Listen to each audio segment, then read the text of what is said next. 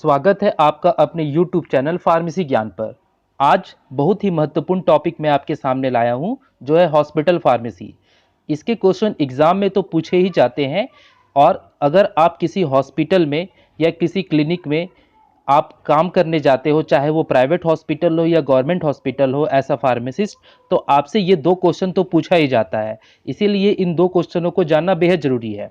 उससे पहले मैं एक क्वेश्चन का जवाब दे दूं, जो मुझे एक विद्यार्थी ने पूछा कि सर, इंडिया में अगर कोई फार्मासिस्ट किसी गवर्नमेंट या प्राइवेट में अगर कार्य करता है तो उसे कितनी सैलरी प्राप्त होगी, और अगर वो फार्मासिस्ट विदेश में जाता है, जैसे कि यूएई, कनाडा या सऊदी अरेबिया जैसे देशों में जाता है, तो उसे कितनी सैलरी प्राप्त होगी।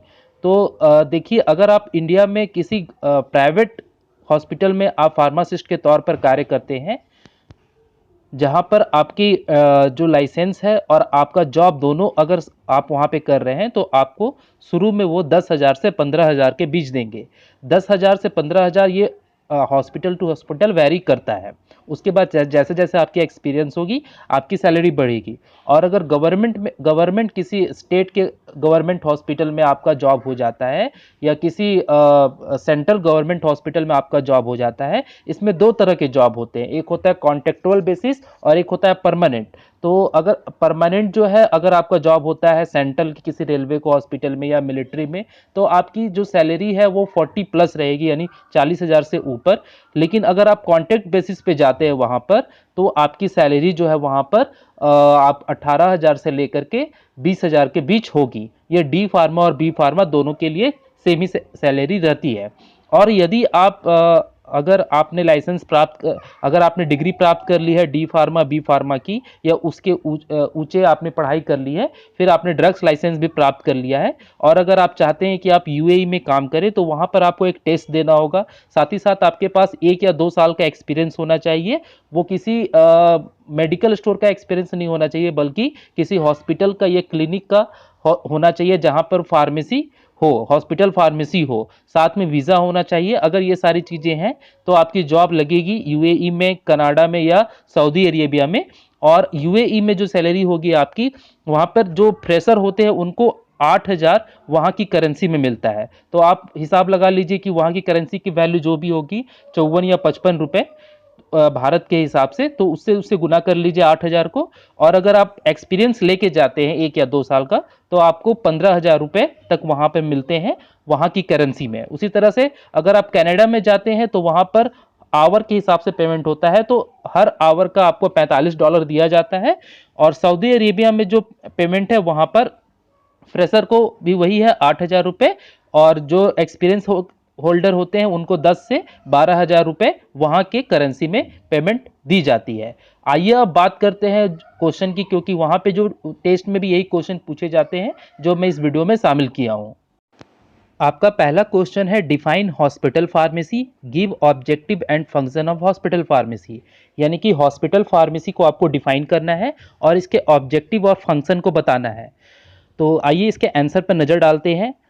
यह हॉस्पिटल का वह डिपार्टमेंट है जो दवाइयों को रिसीव करता है। यानी कि हॉस्पिटल फार्मेसी हॉस्पिटल का वह डिपार्टमेंट है जो दवाइयों को रिसीव करता है, उसे स्टोर करता है, और इन पेशेंट और आउट पेशेंट को, यानी अंदर के मरीज जो वहां पे भर्ती हैं, और बाह्य रोगी जिसे ओपीडी कहा जाता है, उन पेशेंट को दवाइयां प्रदान, यानी कि डिस्पेंस करता है। दवाइयां जब कोई फार्मासिस्ट किसी मरीज को देता है, तो उसे कहते हैं डिस्पेंस करना।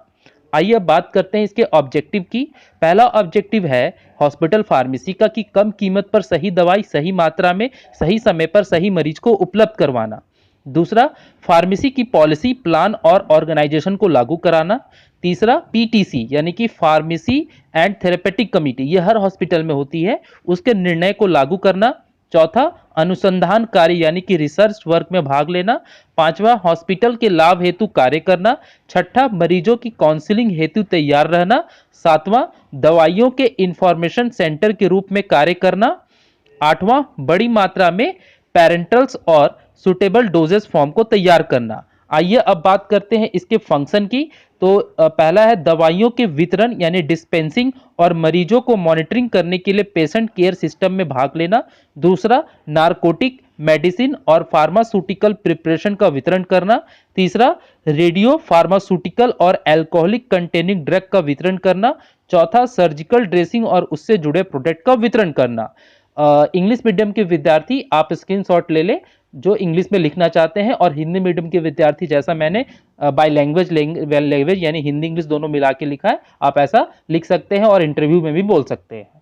हॉस्पिटल फार्मेसी का पांचवा फंक्शन है मेडिसिन और ड्रग की पैकेजिंग और कंटेनर की लेबलिंग करना। छठा है हॉस्पिटल की भलाई हेतु समर्पित रहना।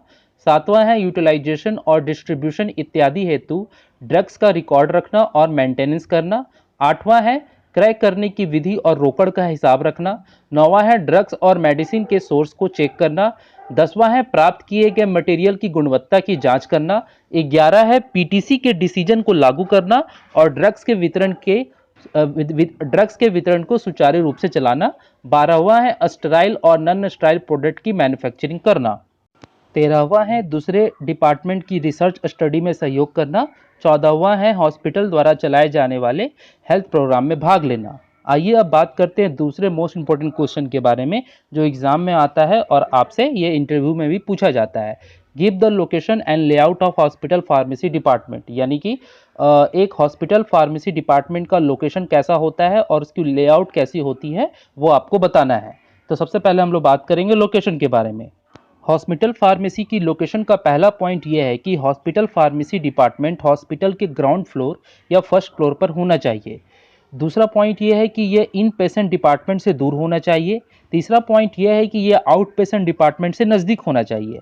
चौथा पॉइंट यह है कि शेड्यूल एन के अनुसार हॉस्पिटल फार्मेसी डिपार्टमेंट के लिए 250 स्क्वायर फीट की जगह होनी चाहिए।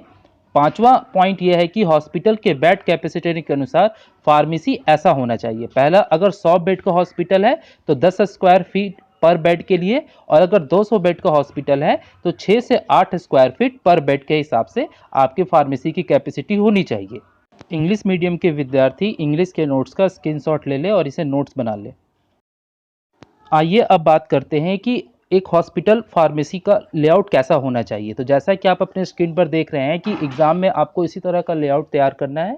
यह बहुत ही सिंपल है। ऊपर में एस्थेटिक सेक्शन है, उसके बाद मैन्युफैक्चरिंग सेक्शन है और रॉ मटेरियल स्टोर है और फिनिश प्रोडक्ट है।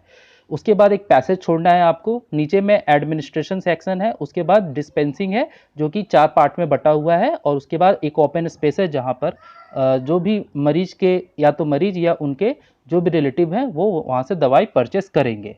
तो इस तरह से एक लेआउट होना चाहिए। लाइक शेयर कमेंट करना ना भूलें, अपने दोस्तों के बीच ज़रूर शेयर करें, सुझाव कमेंट बॉक्स में ज़रूर दें ताकि हम वीडियो को और अच्छा कर सकें। और आपके जितने भी नोट्स हैं, इंपॉर्टेंट क्वेश्चंस और नोट्स आपके एग्ज़ाम से रिलेटेड, वो आप यहाँ इस वीडियो के डिस्क्रिप्शन में जा कर के देख सकते हैं हर सब्जेक्ट का, और प्लेलिस्ट से भी चेक करते हैं। मिलते हैं नेक्स्ट वीडियो में। Bye bye.